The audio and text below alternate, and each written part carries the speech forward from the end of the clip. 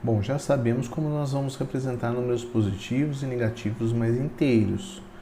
Entretanto, a gente tem necessidade também de representar números que são frações da unidade, né? Então, como a gente pode fazer essa representação?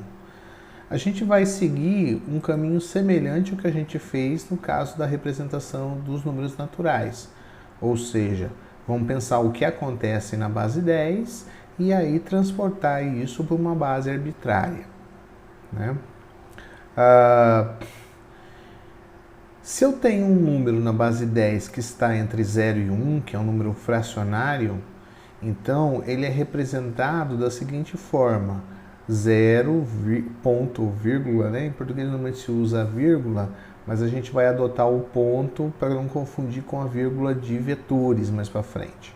Então, 0 ponto, e aí eu tenho os dígitos depois da vírgula, né, que é o dígito da posição menos 1, o dígito da posição menos 2, o dígito da posição menos 3, o dígito da posição menos 4, e assim por diante, o dígito na posição menos k, e assim por diante, sendo que a quantidade de dígitos após a vírgula pode ser infinita, né?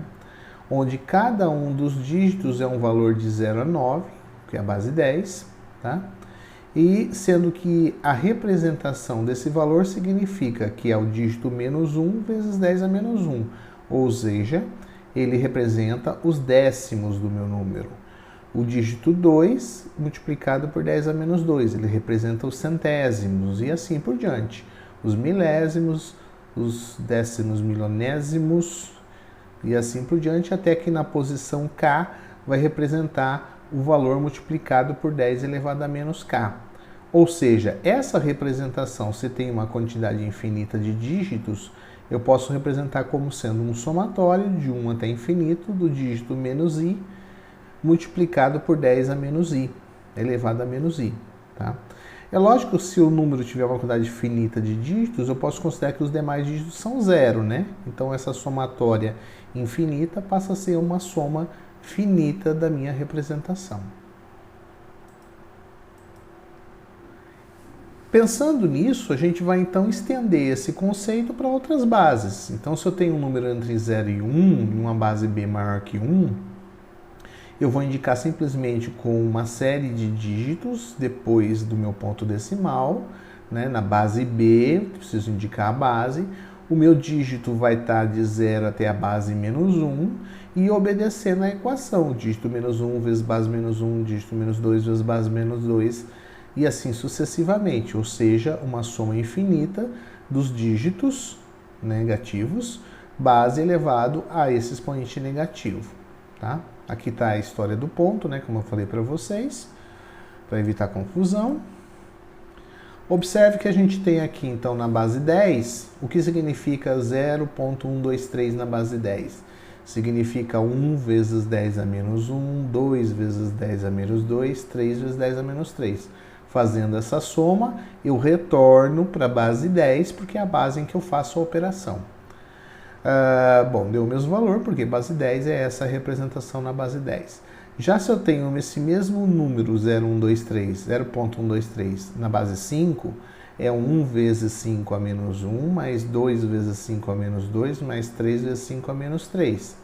Então, é 1 vezes 1 quinto, 0,2. 1 sobre 25 vezes 2 dá 0,08. E 3 vezes 1 sobre 125 dá 0.024. Fazendo a soma, eu tenho 0.304. Então, essa é a representação desse número na base 5. Já o mesmo número na base 4 vai ser 1 vezes 1 vezes 4 a menos 1, vezes 2 vezes 4 a menos 2, mais 3 vezes 4 a menos 3. Fazendo aqui a conta e a soma, eu chego para esse número, que é a representação dele na base 10. Quando, evidentemente, a gente está usando base 10, a gente pode omitir a representação da base. Em qualquer outra base, sempre é importante indicar a base que a gente está usando para saber o que esse número representa. Essa equação, essa soma, é uma maneira da gente calcular, então, a representação de uma base qualquer para a base que ela é somada. Uma coisa curiosa dessa representação é que a gente percebe que ela não é única, né? Por exemplo, o valor 0.1 pode ser representado por 0.099999, né? De fato, ó, se a gente for fazer a soma infinita, então você tem aqui, ó, a soma de todos os dígitos vezes a respectiva base, né? Tirando o dígito menos 1, todos os outros são 9. Então eu tenho 0 vezes 10 a menos 1, né? Mais a soma, começando aqui do 2, meu Deus, somatório horrível, mais a soma, começando aqui do 2 até o infinito, de 9 vezes 10 a menos 2, tá?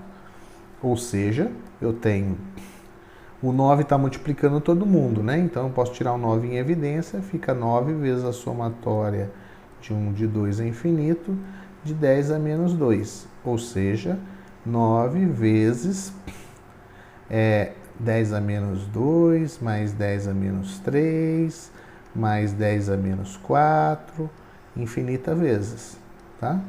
Se eu tirar aqui o 10 a menos 2 em evidência, então dá 9 vezes 10 a menos 2, vai sobrar 1, mais 10 a menos 1, mais 10 a menos 2, mais etc. Isso aqui é a soma da PG, né? Então, a soma da PG, a gente sabe calcular, tá? E esse valor vai ser dado como é um infinito, vai dar 1 sobre 1 menos 1 sobre 10, né?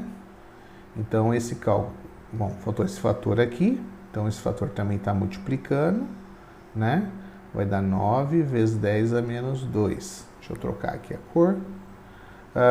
Bom, vou passar para cá. Acabou meu espaço aqui. Tá? Então, eu tenho 9 vezes 10 a menos 2. E esse fator que vai estar aqui embaixo, dividindo, tirando o mínimo, vai dar 10. Vai dar 10 menos 1, 9. Sobra 9 décimos. 9 décimos. Então, isso aqui vai passar multiplicando. O 9 vai cancelar. Vai sobrar 10 a menos 1. Que é 0,1, que é exatamente o valor que a gente tem aqui. Então, você vê que essa soma corresponde exatamente ao valor 0,1. Então, existe uma dupla representação nesse caso. Uma representação infinita e uma representação finita. Bom, isso não acontece para todo número, tá? Mas acontece para esse número em particular. Ou outros números que têm uma representação finita, eles podem ser sempre representados de uma forma infinita. Como eu uso ou como eu obtenho a representação de um número em outra base? Essa é a grande questão, né? Então a gente vai lembrar o que a gente fez lá no inteiro.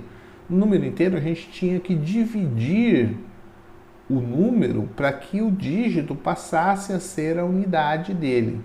Aqui a gente vai fazer o contrário, né? Já que as nossas potências da base são negativas, eu vou multiplicar pela base para transformá-los em inteiros. Então, a partir do momento que eu tenho uma base e tenho um número representado nessa base, eu sei que vale essa relação. O x é dígito menos 1 vezes base menos 1, mais dígito menos 2 vezes base menos 2 e assim por diante. Se eu multiplicar isso pela base, x vezes b, esse b elevado a menos 1 vai ficar b elevado a 0, que é 1, porque o número é maior que 1. Então, sobrou aqui apenas o dígito menos 1 sem a base negativa multiplicando. Então, ele é um número inteiro. Esse cara que era dígito a menos 2 passou a ser dividido pela base. Como ele é um número de 0 até base menos 1, ele está sendo dividido pela base, então isso é um número fracionário. E assim sucessivamente. Então, a parte inteira deste número corresponde exatamente ao dígito menos 1 naquela base. Portanto, se eu pegar agora e subtrair esse dígito, o restante que vai sobrar é um número fracionário que eu posso estar entre 0 e 1 e eu posso aplicar sucessivamente a mesma ideia. Multiplico pela base para obter o dígito menos 2, tá? Para obter o dígito menos 2. E assim eu vou obter nos demais. É sempre o processo de multiplicar pela base e subtrair a parte inteira. Então, olha só como é simples, né? Enquanto no inteiro eu fazia a divisão pela base, aqui eu faço a multiplicação pela base. Eu quero representar o 0,125 na base 8, na base 4 e na base 2. Então, eu começo de 0,125 e vou multiplicar por 8. Então, multiplicando por 8, isso aqui deu 1. Como 1 é a parte inteira, eu subtraio a parte inteira e esse corresponde exatamente ao meu dígito na minha representação, o meu dígito da posição menos 1. O resultado deu 0. O resultado deu 0, eu já poderia parar por aqui, né? Porque sempre que eu for multiplicar por 8, sempre vai continuar dando 0. Então, os demais dígitos são 0. Portanto, 0,125 ele pode ser representado como 0,1 na base 8. Vamos ver agora na base 4. Na base 4, eu pego aqui 0,125, multiplico por 4, deu 0,5. Então, o dígito é a parte inteira, o dígito menos 1 é o dígito 0. Subtraio, sobrou meio de novo, multiplico por 4, o dígito deu 2. Então, esse é o meu dígito 2, subtrai a parte inteira, deixo só a parte fracionária, deu 0. Chegou no 0, eu parei a minha representação. Então, 0,125 na base 4 é representado por 0,02 na base 4.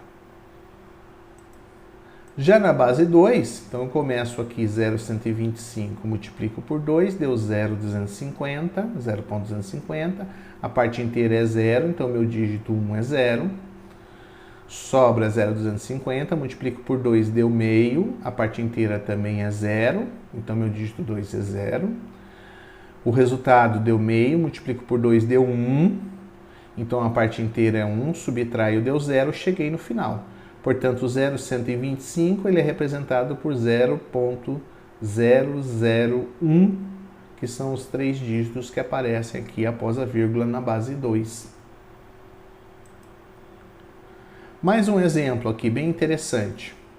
A gente vai começar a representar o 0,1 na base 2. Então, representando o 0,1 na base 2, eu multiplico por 2, dá 0,2. Então, meu dígito é o dígito 0, dígito menos 1. Sobrou 0,2, multiplico por 2, dá 0,4. Do 0,4 subtrair 0 também é um dígito menos 2. Multiplico por 2, deu 0,8. Então, o dígito 3 também foi 0, 0,8. 0,8 multipliquei por 2, deu 1,6. Então, o dígito 4 deu 1,6.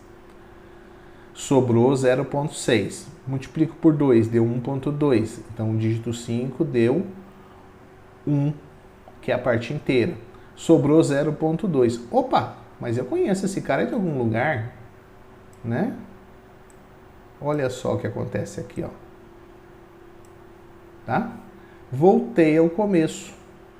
Então, já que eu voltei aqui ao começo, eu vou repetir o processo indefinidamente.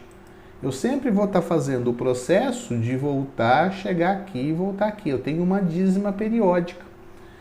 Então, eu tenho que 0,1 vai ser o dígito 0, o dígito menos 1, desculpe, o dígito menos 1, que é 0, o dígito 2, que é 0,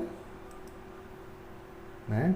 0, o dígito menos 3 também é 0, depois eu tenho dois 1s, né? Que vão aparecer aqui, ó, dígito menos 1 e dígito menos 5, que são 1s. Então, aparece 1 e 1. E depois eu vou voltar exatamente na posição do dígito menos 2. Então, esta parte aqui, ó, vai ficar se repetindo indefinidamente. 0011, 0011, 0001. Então, eu preciso de infinitos dígitos binários para representar o 0,1. Tá? Isso explica aquele erro que a gente viu quando a gente trabalhou com o 0,1 e somou ele 10 vezes. Porque quando você representa um número 0,1, você coloca no computador, ele vai colocar essa representação aqui. Mas essa representação é infinita, ele vai ter que cortar em algum lugar. O computador tem uma quantidade finita de bits para representar. E na hora que ele corta essa representação, ele comete um erro. Esse erro, quando eu vou somando e acumulando, faz com que o resultado no final, após 10 soma, não seja mais 1. mas seja um valor próximo de 1. Tá? Então esse é um erro que acontece da representação do computador. Isso é muito interessante, porque números que precisam de uma quantidade finita de dígitos em uma base podem precisar de uma quantidade infinita de dígitos na outra base.